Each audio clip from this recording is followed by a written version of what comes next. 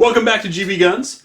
One of the questions that I was asked a lot as an instructor, and still get asked now on the channel, is how easy is the slide to rack on Handgun X? And that's for good reason. You have a lot of older people getting into shooting, or people who just don't have confidence in their arm strength.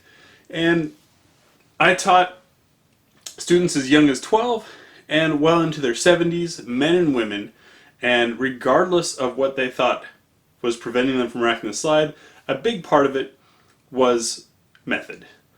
That's one of the things I'm going to cover today. I also want to point out that this Taurus 709 Slim is 9mm, right? As is the Glock 34. They're both firing the same caliber, 9mm. They're both using the same Browning locking system, which means the springs in these two guns have to handle the same strength. The difference is the spring in the Taurus is a whole lot shorter than the spring in the Glock, which means that this slide is going to be a lot smoother and softer, our perception in grabbing it, because that weight, that force that the spring has to work against, is stretched out. Whereas on the little guy here, it's a much stiffer slide. So that's one factor to it, but the other one is technique, and that's what we're going to cover next on GBGuns.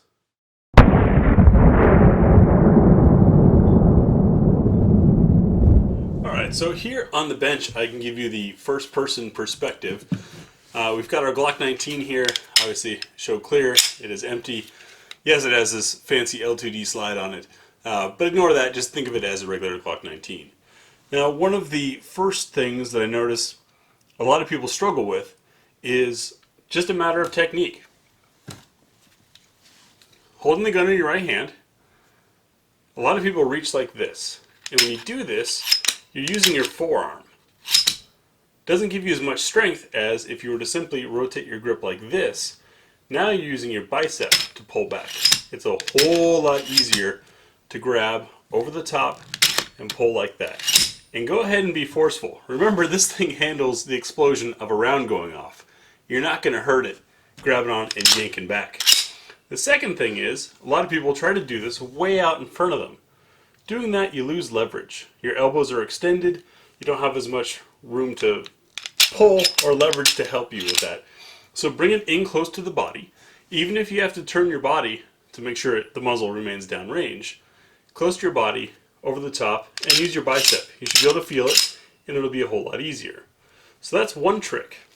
That's with your standard striker fire. But a question we get a lot is, how easy is it on a hammer-fired gun like this Zenith 1911? Now, when the gun is in the condition that it currently is, see, it's even difficult for me to pop the slide open to do a chamber check for you, because the slide also has to push back on the hammer and overcome the spring that gives the hammer its strength. So, first thing you do, and I even do this when I'm checking the condition of a gun that I don't know, is pull the hammer back. I know it sounds like it might be a safety issue. If you want, you can put the safety on. On a 1911 you can't, because that locks the slide in place. Just keep your finger right there on the side away from the trigger. Now, it's a lot easier to move the slide, because all you're fighting is that recoil spring and not the spring that powers the hammer. So that's another trick for checking the slide on a hammer fired. The third bit is, if you happen to have a CZ or a TriStar or an IWI like this one, where the slide is actually riding inside the frame, it just means you have to be a little more precise. You have to really pinch with your fingers rather than grab on with your hand. You can still grab with your hand like this, but if you do a traditional grab, you're going to end up on the frame. It just takes a little more precision getting used to. And once again, since this is a hammer fired, I'm going to pull the hammer back first, pinch, and now I can rack the slide. It's that easy. I hope this helps and answers some of your questions. If not, please leave them down below, and I'll get to you when I can. Thanks for watching. Thanks again for watching GBGuns. I'm assuming if you watch this far, you appreciate our format, or you're trying to figure out how to make that very argumentative comment. Either way, click the big griffin to subscribe, The Patreon link, since Google doesn't want to pay gun channels anymore, it helps with our ammo costs.